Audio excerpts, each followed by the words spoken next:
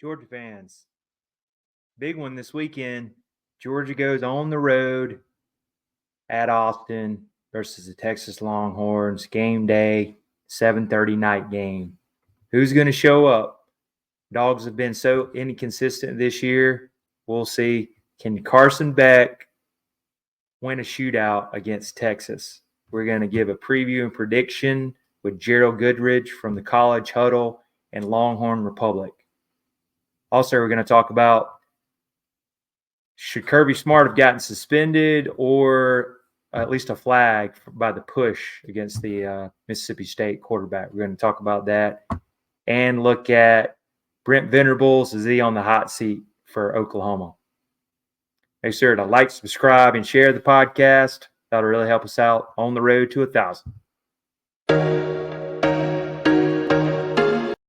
Got another College Huddle guest connected with Gerald before I was on his podcast back from in the summer. Got Gerald Goodridge from the Longhorn Republic. How we doing today, buddy? I am okay. Not bad for a Tuesday, I suppose.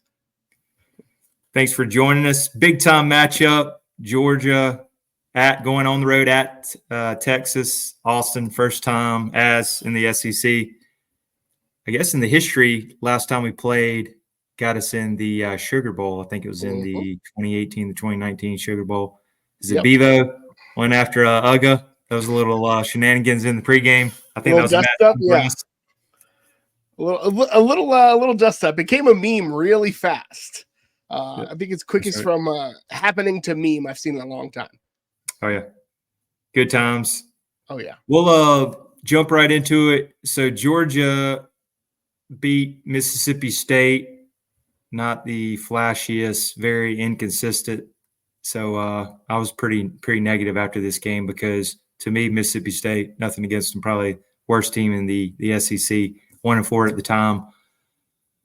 We were rolling there 34-10, and Carson Beck threw a really bad pick down in the end zone, and then Tides just changed all of a sudden, and Georgia showed a lot of negativity, disadvantages, and showed to just I don't really know what happened. 50-50 balls they were missing made the Van Buren kid look like Peyton Manning or something, but airing it out, and a lot of Georgia fans were not happy after it, and they hung around, didn't cover, 34-point spread. But I feel like if we didn't throw that pick, we could have maybe went up 41-10, different game. But it is what it is. And also, I was going to ask on your end to go ahead and bring it up. What did you think about the push, Kirby Smart pushing the guy? I thought at the time, I'm like, man, that's not a good look, like a penalty or something, being a Georgia fan. But what's your thoughts on it? It didn't seem like he was maliciously trying to get on the kid. I feel like Kirby Smart is just on 10, maybe 12 constantly. And so it wasn't the kid. It was just whoever was in front of him. If it had been a Georgia player, he'd have pushed him. If it had been, I don't know, the Pope, he might have pushed him. I'm not sure. I feel like it wasn't necessarily the kid, but just Kirby being fired up. He is a ball of energy. And so I mean, he made an apology. It's not like he was trying to hurt anybody. It's football. It is what it is. It wasn't I don't feel like it was malicious, I'll say. I did. I was as a Georgia fan, just stressing. I was like, man, don't get suspended for this Texas game. I was looking back on, I think Greg Sankey maybe even said it should have been unsportsmanlike conduct. I would have kind of agreed with that, but I feel like we dodged a bullet on there. A little bit. But, Georgia, Carson Beck, I got to give it to him, 36 of 48, 459, 3 touchdowns, his career high. We had Arian Smith, 5 receptions, 134 and a touchdown. We did run for 146, even though Trevor Etienne is still struggling. Can't really figure out what's going on the run game. And I believe we're like 82nd in rushing, which is not RBU, what we're known as. And we're more of a pass-heavy team. But the defense was the issue. A lot of guys in the secondary getting just burned on deep balls. And that is, stressing us out heading into this game. So, I'm glad we got the win, but just a lot of questions after that. And then, we're going in this big-time matchup. So, as a Texas fan, what kind of holes or what are you looking at coming out of that game for us? Well, I think the big question for me is, I think you mentioned it, is Carson Beck. In the Alabama game and in this Mississippi State game, the turnovers really are something that it's hard to ignore. And especially I think back to that Alabama game, he just looked lost at times, like he was throwing to just the wrong color jersey. You didn't even see folks that were there in the way, didn't see defenders. And so that to me is something that I'm really keeping my eye on, because, this is a Texas team that they've been really, really good at playing complementary football this year. If you look back at how Texas played OU, the offense struggled, the defense kept him in the game, and then the offense started going. Then the defense forced a couple turnovers. The offense put up 2 touchdowns. That's how Texas put the game away against Oklahoma. And so that's a recipe for disaster for any team. Really, when you go into the game, if you're unable to keep the ball and keep the ball safe, the other team can put up points pretty quickly. So that's what I've been watching and kind of paying attention to is, can Pete Kwiatkowski get into Carson Beck's head, get him to see some ghosts, get him to make a couple of bad decisions, and this thing can snowball pretty quick. Yeah, totally agree. And I think we're realizing that Georgia is just not the team of like 2021, 2022, or even last year. I believe they're total defense are like 28th, so they're in the 20s, usually top 5. Offense is in the 20s, and just very inconsistent. A lot of Dr. Jekyll, Mr. Hyde. They'll look great at times and then just struggle. They'll get blown out 28-0 and then rally to try to come back on Alabama, which Alabama, maybe that loss isn't as good as it once was. They are definitely showing kind of who they are in their struggles. But and then as a Georgia fan, I don't think we can, we lose this. This will be 2 of the big boys we lost to. We got 2 losses. I don't think a 3-loss team will get in the playoffs. So a lot is on this game. Also want to flip it in and look at your big win over your loved rival there, Oklahoma. But putting the beating on them, especially in the first SEC matchup. What's your thoughts on that? 34-3. I think they were a little single-handed, I guess. I heard something like they were out of like 5 wide receivers down and backup quarterback, but still, hey, you had to play whoever's out there. Yeah, there's somebody said about Oklahoma being down their top 5 receivers, but it's been multiple games like that. So at some point you gotta you got to play the hand that's dealt. You can't just keep playing the excuse. Like for one game, I get it. I think back to games where Texas I'll always go back to the national championship game. You don't expect to play that game without Colt McCoy, but OU's been playing without these guys for weeks and weeks now. So at some point it's on their offensive coaching staff to figure something out. Texas did a great job of containing Michael Hawkins. The advantage Texas had in that game is that they've got really athletic linebackers. And so Michael Hawkins can't really catch an edge because Anthony Hill, David Benda, both really fast, explosive linebackers. They can play sideline to sideline. And like I said, the defense played really elite football and complementary football. It was a point where, Quinn Ewers came in and struggled with his first couple of series, threw an interception, overthrew what should have been a touchdown pass. And the defense was like, all right, we'll step up. And they held Oklahoma to a field goal attempt that they missed, or field goal, and then a field goal attempt that they missed. And so it really turned out to be the difference in the game, because normally in a rivalry game like that, you put up a goose egg in the first quarter and you're getting boat raced. So, but the offense finally caught up. I still have questions. We'll talk about this probably a little bit more. Still have questions about Texas running the ball, but overall, it felt good. It feels good to beat your rival by 4 touchdowns when the spread was 14.5 at kickoff. Yeah, 34-3 is definitely a beating, and I know you enjoyed it. Did I hear something like, did they only get past midfield like one time or in the fourth or something, which is crazy? Yeah, they didn't pass the midfield much. I know the last drive, their last drive of the game was one of the few times that they got into Texas territory. And I think they had that was another thing that jumps out to me is the Texas defense could have taken that last series off, but they were like, we're not going to let them get in our end zone. And so the starters played that last series up 31 points. And we're going to protect this end zone. And that's the mentality you want. I think they want to stick it in on the rival a little bit. So yeah, got to. Exactly. And then what's your thoughts? Like you mentioned, I know Quentin Ewers coming off. He didn't play for 2 games, right? How did you think he looked? Maybe a little rusty, or just had to get going, or? A little bit of both. I think Ewers, I didn't love the game script, to be honest with you.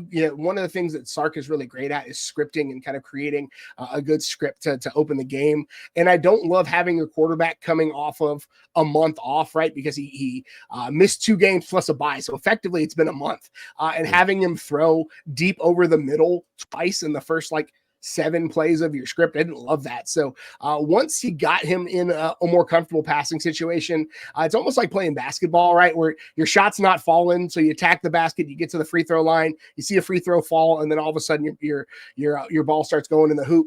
That's what seemingly happened with Quinn Ewers, where he completed a short pass, a wide receiver got some yards after the catch, and then the offense started to pick up. So it was some rust, and I think it was some scheming as well, kind of combined to have almost a disastrous start if the defense hadn't really shown up like they did. Yeah. All in all, great win. Did want to get your thoughts looking on Oklahoma. Any maybe warm seat talk on Venables at all, or where do you think they're kind of standing at? Because I got a feeling this offense isn't going to get any better. Yeah, I don't think the Venables seat is hot yet, but I think the offensive coaching staff has some fire underneath them. Venables is a Dabo Swinney guy. He came up with him as a defensive coordinator, and he kind of tried to build some of this offensive staff like Dabo did, when his offensive coordinator left to coach Mississippi State. He promoted a guy from within, and it may not have been the best hire, and they haven't really figured out what to do with Hawkins. And I also think part of the issue, the offensive line hasn't been as good as they have been in the past. You can think back to Oklahoma having elite offensive lines for as long as I've been watching college football. And so Bill Bedenbaugh just hasn't, they missed on a couple of evaluations, a couple of key injuries. So the offensive line has struggled in some spots. They were okay on Saturday, but Texas had 11 tackles for loss and 4 or 5 sacks. So they weren't, again, as elite as they've been in the past. So I think the offensive coaching staff is going to have a lot to answer for. I'm curious to see what they do as far as play caller goes in this offseason. As somebody who watched Texas basically cycle through coordinators every 18-ish months for a decade, I don't love the idea as far as development goes for the players, but because it's my rival, fire them all, restart, keep it going, right? Oh yeah, you guys love it, and I love talking about it, I'm sure. Oh yeah, for sure. TequilaSeltzer.com. This will be a great beverage for all the stressed out Georgia and probably not Texas fans, but check them out. TequilaSeltzer.com. Personal favorite is the watermelon. Elderberry, Huckleberry, great sponsor of the show. Dawg House 20 for 20% off. VivaTequilaSeltzer.com. Again, that's Dawg House 20 for 20% off. Check them out on Instagram as well. Great sponsor of the show this year. This is one circled ever since we saw it because Georgia's got just a brutal schedule this year. So it's 3.5. Also, what everybody's been talking about, first time Georgia's been an underdog since the Clemson game in 2021, which is crazy. Wild. So Paul Feinbaum right here, another loss. He just says, Georgia's painful to watch this year. So looking at it, Gerald, from your end, how are you feeling about the game? Georgia fans get all kind of negativity. We call it Larry Munson, which is our old Larry Munsonism, which is our old radio person who's just always very negative coming in, always respect the opponent, but we don't have the best feeling heading into Austin. Big time matchup, 7:30 on ABC. And game day is going to be there, of course. I'm of two minds of it, right? You look at the analytics, you look at all the stats, you look at all of the matchups and all the paper stuff, and I should feel good, right? I should feel like Texas is going to win this game. I was looking, I'm a big Bill Rajewski guy. He's a college football analytics, and he's made some charts and compared Texas pretty favorably to some championship teams in the last 5 or 6 years in his statistical models. But yes, the game, on paper, Texas should win this game, but we all know the game isn't played on paper, right? Kirby Smart is still patrolling that other sideline. Georgia is still, I think, 3rd in the country in blue chip ratio. 80% of the roster is blue chip players. So whether it's X's and O's or Jimmy's and Joe's, either way, however they got to get it done, you can't ever count out Georgia, especially, coming off of a game where, let's just be honest, that was kind of a little bit of a black eye for this program. They're used to going into those kind of games and rolling. They're not used to letting opponents like Mississippi State come back. And so they've got something to prove, and there's no better way to prove that than going on the road as an underdog. The first time in 3 years they've been an underdog and beating the number one team in the country. So Kirby's going to have them up for this game. There's nobody that plays the everybody doubt us better card than I think in the country than Kirby Smart, which I love it. I love it's how you need to coach. So again, like my rational mind feels okay, right? Like I think about all the numbers, all the statistics, all the models. My head feels great about it. My heart is like, I don't know, right? My heart's like cheering for Texas, but my gut is telling it like, I endured 13 years of really bad Texas football. But these are always the games that they got up for during those years. So all that to say, I feel okay. I feel as good as I can. I think going into a game against, the national champion 2 years removed, right? So it's going to be fun. Right. Yeah, looking at it again, so I'll go ahead and give my thoughts on it. So I think the only way to victory for Georgia on this is going to be a fist fight shootout. And I think they got to get it in the 30s, similar to these Georgia-Alabama battles, even though, of course, everybody knows Kirby's 1-6 recently. And looking at the stats, like Quentin Ewers, one of the top quarterbacks in the nation. I know you guys have been a little banged up at running back. You guys are also good in the trenches. I think your left tackle, I'm not sure about his name, is probably one of the best in college football. Built in the trenches. But I'm going to go looking at your schedule. Of course, we have one Mississippi State. We both played. You can do the whole, transitive prophecy and everything. Transitive probabilities. But looking at your Power 4 teams that you played offense, this is scoring offense. So Mississippi State was 71st currently. And then you got Oklahoma is 96th. And then Michigan, who, it's like watching paint dry, 102. Yeah. Georgia is in the 20s, 28, I believe. So you hadn't played a premier offense. And we do spread it out. We're struggling on the running game, but we do have some, we got Carson Beck who can sling it. And then our defense is not what it is. We got to somehow contain Quentin Ewers. Also, I did want to ask, what's the update on Isaiah Bond, who burned us last year when he played for Alabama? What's the update on him? For everything I've seen, it's day to day. He was held out of the OU game for, it's weird. His agent was the first one to say that, not the coaching staff of the school, but he's day to day. I think he's probably going to play unless something catastrophic happens again. Usually, obviously, we'll get the injury report coming out on Wednesday, Thursday. So it'll be curious to see how that shows up. But from everything I've heard, it's kind of a day to day lower leg injury. Nothing too concerning or long term, but again, it'd be nice to have him. Right. Yeah, and he got the catch or whatever catch. I know that was always debatable last year in the Georgia Alabama game. So, but he's definitely a great talent, great receiver. Yeah, Carson Beck. This is going to be who can play better, and of course, go to who can rush the ball better, maybe win the rushing and the turnover margin. And if Georgia can win those, they can be in the game. And also another one is they have been battle tested, played at a tough Kentucky night game, and they've played in Alabama, so they're battle tested in this fist fight. And that's going to be, I think that's going to help. Also, we've been punched in the mouth, been knocked down, and kind of get back up and can hang around. And I'm not sure if you guys have been tested, which is not a bad thing because you just take care of business and you can't pick who's on your team. It's kind of like, here's the schedule. So you've done what you have. So I think that's the only way. But I'm going to go – this is going to be a race to 30. Got to get in the 30s. This will be a shootout. But I'm going to go Georgia 38-34, maybe last possession game is the only way I think. But anyway, of course, I'm going to go with Georgia, of course. But 38-34 to get the win in a shootout. Gotcha. Yeah, it's curious. Like you talk about the offensive ratings and the offensive production of the teams that Texas played. And like you said, you can't pick your schedule. And the thing that's been encouraging for me with Texas this year is in years past, Texas has been accused of playing with their food, and rightfully so.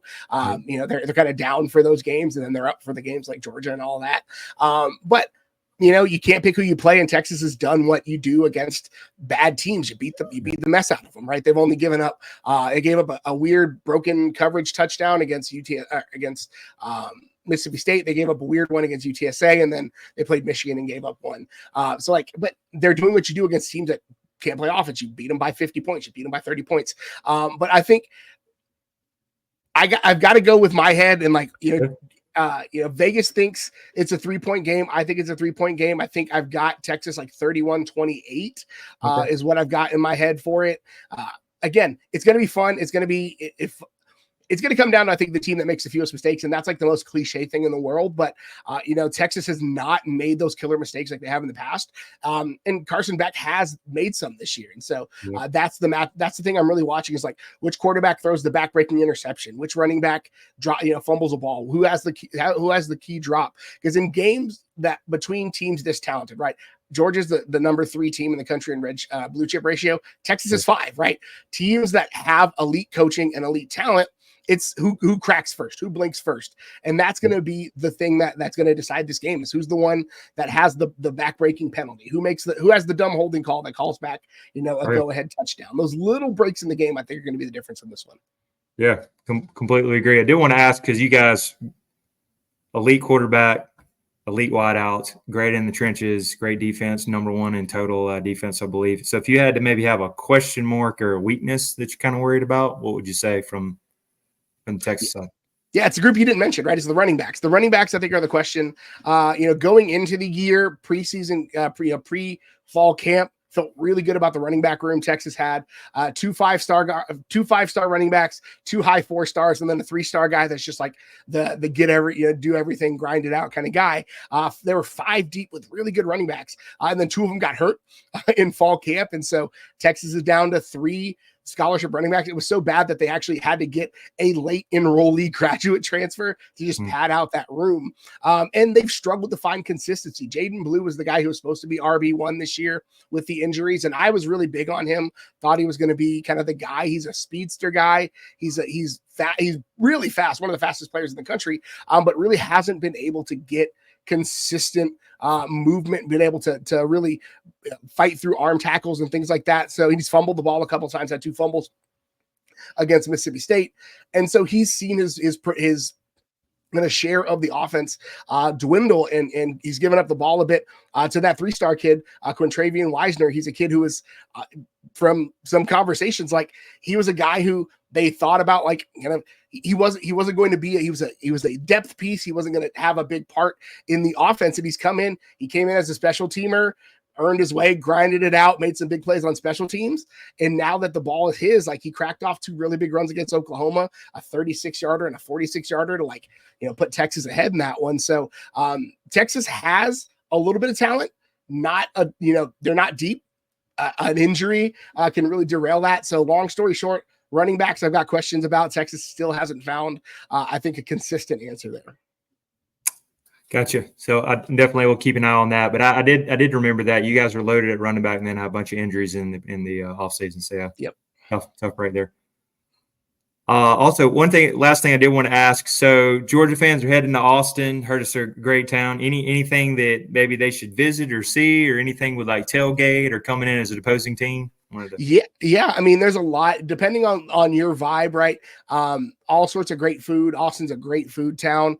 You could throw a rock and hit 3 really good barbecue joints, or 3 really good Tex-Mex joints. Matt's El Rancho is one of the spots that everybody swears by if you're looking for Tex-Mex. Pre-game, Texas has done a really good job of making it an event. Like, you can just go to the stadium and they've got food trucks and they've got events for the kids and they've got there's concerts and all of that. So you could go and just have a day at the stadium and have a good time with it.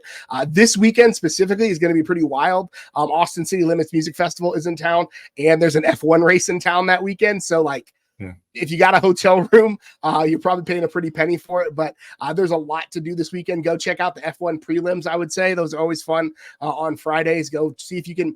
The cool thing about Austin City Limits, that the music festival, is that you don't have to have tickets to the music festival to see some good music. Go down to 6th Street. I guarantee you there's going to be a really awesome blues band playing, a really awesome cover band playing. So check out 6th Street, 7th Street. Just find a random concert for $5 for somebody who's playing in Austin but not at ACL, and have a good time with it. Yeah, that's awesome. Yeah, if Dawg fans, check it out if you're in town. Also, I've been hearing these tickets are a lot, like $350 plus for uppers. So yeah, it is not cheap. Not cheap at all. Yeah, it should be a great time. Also, it's also excited the first time they're going to get to play, especially in the SEC. But yeah. And then Gerald, I wanted to see how we can connect your content for Longhorn Republic. Yeah, anywhere where you find podcasts, just check us out, the Longhorn Republic. We post 2 shows a week. We do a recap show on Tuesdays and then a preview show on Thursday. So our big Georgia preview will be hopping out in your podcast feeds on Thursday. You can also check us out on Twitter at Longhorn Pods, where we do most of our posting. It's all it's a mix of us being trolls and us talking about real stuff, because that's what college football is all about. We're also big in covering women's sports too. You know, the women's athletics carried Texas for a few years while the football team figured it out. So we love covering national championship rowing team, national championship volleyball team, you know, contenders for a national championship of women's basketball. So we love covering those squads as well.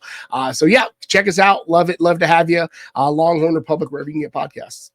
Yeah, got them right here on Spotify, and they're also on Apple Podcasts as well. I was listening to one of their podcasts earlier, and got over 4,000 followers on Twitter. So that's always impressive.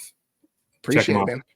Yeah, appreciate you coming on. I'm glad we were able to link up all of our college huddle. Sounds like it's growing over there. Yeah, it's been fun, man. It's been a cool community, and I'm glad I've gotten to connect with so many awesome people. Yeah, man. Appreciate it. Hook 'em horns and go Dogs. Yeah, appreciate you coming on. Yep. Check them out. Thanks, Joe.